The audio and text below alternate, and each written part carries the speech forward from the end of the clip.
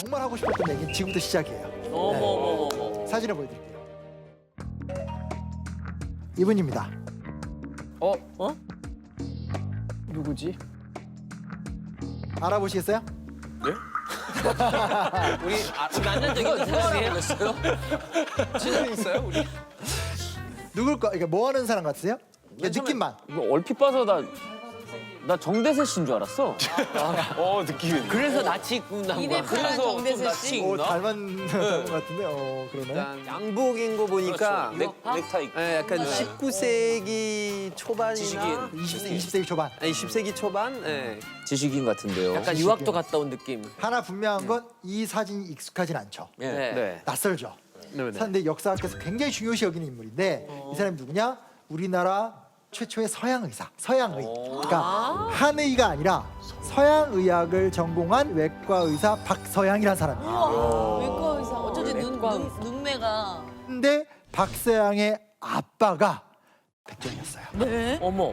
그러면 당연히 백정일 수밖에 없는 거죠. 그쵸. 네, 이런 사연을 갖고 있어요. 그래서 좀 신기하죠, 그렇죠? 아버지가 백정이었는데 아들이 우리나라 최초의 의사가 됐다.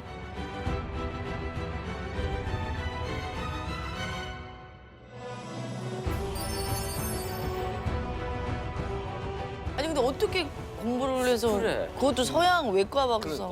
되게 신기하죠. 이거 어떻게 됐을 것 같아요? 좀 생각해 보죠. 저 이제 시골에서 자랐었거든요. 네네. 시골에 자랐었는데 저의 옛날 할아버지 세대가 거의 1910년 막 이때잖아요. 1900년대잖아요.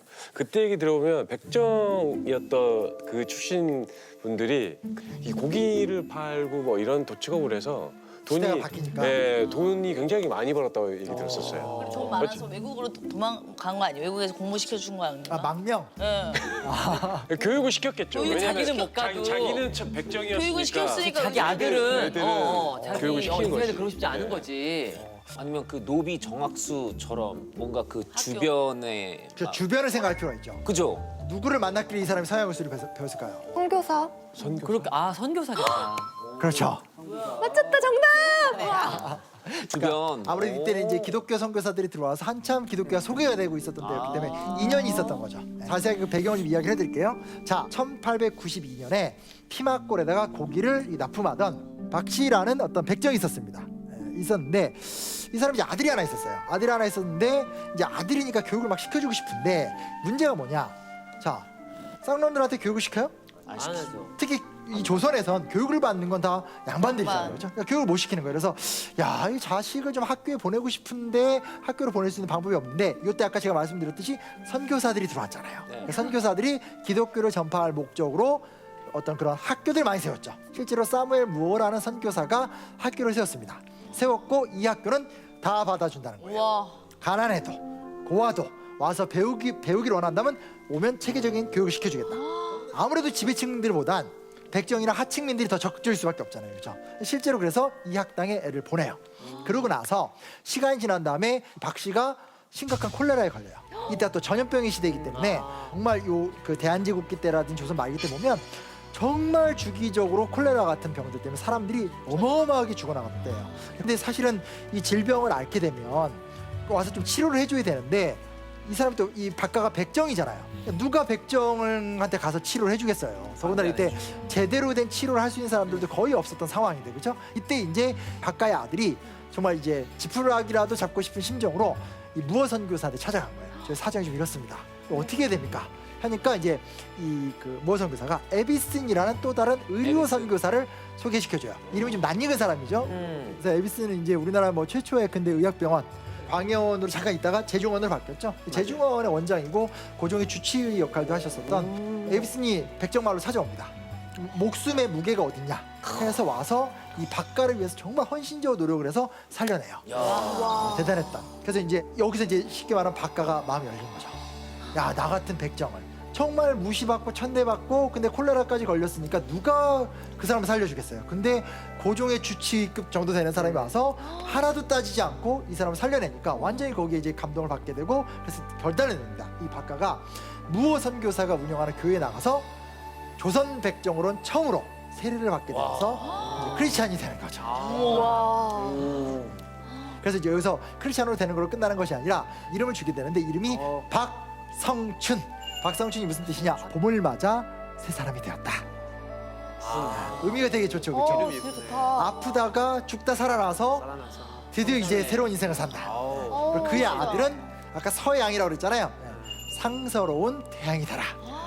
그래서 아버지는 고통 끝에 빛을 받고 내 아들은 더 크게 꽃피어라. 이런 식으로 이제 이름을 갖게 되는 과정도 또 있었다고 볼 수 있겠고요. 멋있다. 멋있다 이름. 멋있죠? 네. 그래. 보세요. 박성춘은 어찌됐건 이름을 갖게 됐고 병이 나았고 크리스찬이 됐잖아요. 근데 문제는 백정이 크리스찬이 된 거예요. 교회를 나갔어요. 교회 나갔더니 우리나라 교회는 그 당시 양반이 많이 다녔어요. 양반이 다니는데 백정이 온 거예요.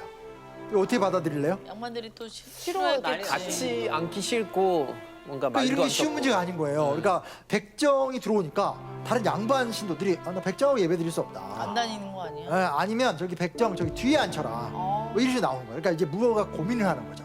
야 이걸 어떻게 하지 하다가 무호가 과감하게 결단을 내립니다. 어떡해. 절대 안 된다. 하나님 안에서 백성들이고 모든 신자는 동등하게 대우를 해야 된다 하면서 강하게 나가요. 깬 사람이다, 깬 사람. 그렇죠. 그러니까 이제 그 이제 신도들 중에서 양반들이 열받잖아요. 그러니까 양반들이 따로 나가서 교회를 차려요. 아휴. 교회가 이제 쪼개지게 되는 거죠.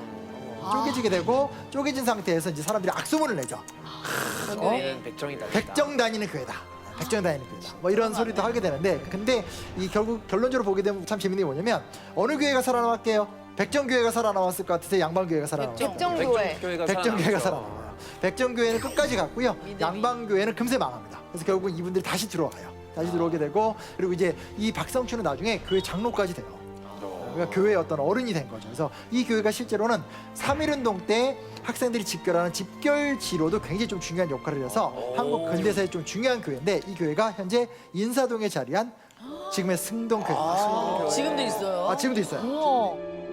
그래서 굉장히 좀 의미를 갖고 있고요. 박성춘은 나중에 보면 그 여러분 독립협회 들어보셨죠? 독립협회가 만민공동회라고 그래서 우리나라 최초로 러시아와 일본의 이권 침탈에 반대하기 위해서 이렇게 큰 이렇게 집회를 열었었거든요. 데모를 했는데 그때 나가서 연설을 했었던 사람. 그래서 그 이 박성춘이 나가서 나는 백정이요. 천하의 무지몰각한 이 백정 출신의 나도 우국의 뜻을 안다. 여러분 뭐 하시냐 하면서 소위 말하는 독립의기와 자주주권 의기를 막 일으켰던 명연설로 또 화제가 됐습니다. 대단하죠? 진짜 훌륭한 분이다. 그렇죠. 그래서 이게 굉장히 감동적인 스토리가 있고 백정이 자신의 어떤 신분적 틀을 깨어가는 과정이 민족운동으로 또 연결이 돼요. 제가 아까 했던 얘기 잊으면 안 돼요. 제가 오늘 무슨 얘기하려고 왔다고 그랬죠? 3.1운동과 관련이 있다. 3.1운동을 가고 있는 거예요. 네. 자, 근데 그럼 이제 근데 제가 사진에는 박성준이 아니라 그냥 아드님을 네. 이렇게 보여드렸잖아요. 박수양 그럼 어떻게 의사가 된 거예요?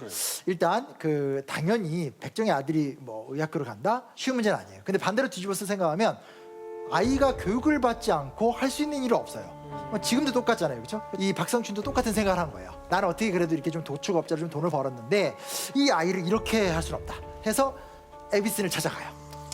에비슨 찾아가. 그래서 에비슨 원장한테 우리 아들 한번 좀 제발 써봐 달라. 일단 좀 교육을 받아달라. 근데 우리 아들 아직 아무것도 모르고 이 아이가 마음에 안 드실 수도 있으니까 편안하게 부려보시고 이 아이가 쓸만하면 제발 좀 의료 교육을 시켜줬으면 좋겠다. 사정을 하는 거죠. 그래서 에비슨이 진짜 엄격하게 다뤄요. 왜냐면 이 아이의 본질을 봐야 되기 때문에. 그리고 에비슨 입장에서 사실은 이런 거잖아요. 내가 누구를 도와준다는 것과 내가 그 사람과 같은 직업을 갖는다는 건 다른 문제예요. 그렇지 않아요? 백인이 우리나라에 와서 기독교를 전파하는 어떤 봉사 수단으로서 의술을 전파하는 것과 진짜로 조선의 백정을 의사 만들어준다는 거. 이거 에비슨도 고민이 많을 수밖에 없잖아요. 그렇죠? 함부로 할 수 있는 문제도 아니고 비난도 많이 받을 수 있고. 실제로 그래서 제일 처음에는 정말 약간 연습생 같은 거 비슷해요. 청소. 예. 바닥에. 청소하고 침구 개고 하는데 그때 그 모습들을 쭉 보니까 아 얘가 아버지 닮았어. 성실하고 아주 열심히 하고 이 모습에 결국 에비슨의 마음이 열려서 데려와서 교육시키죠. 반발이 있었어요. 다른 사람들도 아 이거 무슨 이런 애를 갖다 교육을 시키냐 했는데 다 막아주는 거죠. 에비슨 어찌됐건 서양 선교사의 위서로 다 막아주고 하면서 결국은 이 제중원 의학교에 정식으로 입학을 하게 되고요. 10년간 수련을 거둔 끝에 1회 졸업생. 7명이거든요. 1회 졸업생이 7명인데 와, 1회 졸업생 대박이다. 7명에 자기 이름을 올리게 되고 우리나라 최초의 서양 의 면허증을 이제 서양 의사 면허증을 갖게 되는. 와. 아니 아버지가 얼마나 뿌듯하셨어요. 진료할 때도 말 많았어요. 왜냐면 이제 이렇게 받다가도 무슨 신분 알고 나면 이제 막 바꿔달라고 하고. 근데 그때 이제 뭐 일환인데 이 전해지는 이야기에 따르면 나의 피를 보지 말고 오직 내 의수를 봐라. 이렇게 막 설득을 했다고 하더라고요. 의수는 기가 막히거든. 그러니까 이제 사람들이 인정할 수밖에 없고 눈 감아주는 거죠. 박서양에 대해선 이의 제기를 하지 않는. 그래서 이제 실제로 이제 의사가 됐고요. 그 세브란스 의학 전문학교 여기서 이제 교수가 됐고 보종을 진료하기도 하고 최고의 엘리트로서 한국 의학의 중요한 문을 여는데 이렇게만 이야기가 끝나면 그냥 성공기로 끝날 수 있지 않을까요? 네. 그죠. 예. 왜 또 뭐가 있어? 또 뭐가 있어? 다른 선택을 합니다. 뭐 했을 것 같으세요? 다 내려놓고 어디로 가냐? 간도로 갑니다. 간도. 간도? 간도? 간도. 그 우리 백두산 근처에 지금 조선족들 많이 예, 살죠. 예. 그쪽 지역으로 갑니다. 왜? 갑자기 왜? 독립운동 하려고. 그래서 가서 간도에다가 구세의원이라는 병원을 세우고요. 그곳에다가 병원만 세운 게 아니라 숭신서학교라는 학교도 세워요. 와. 큰 인물이다.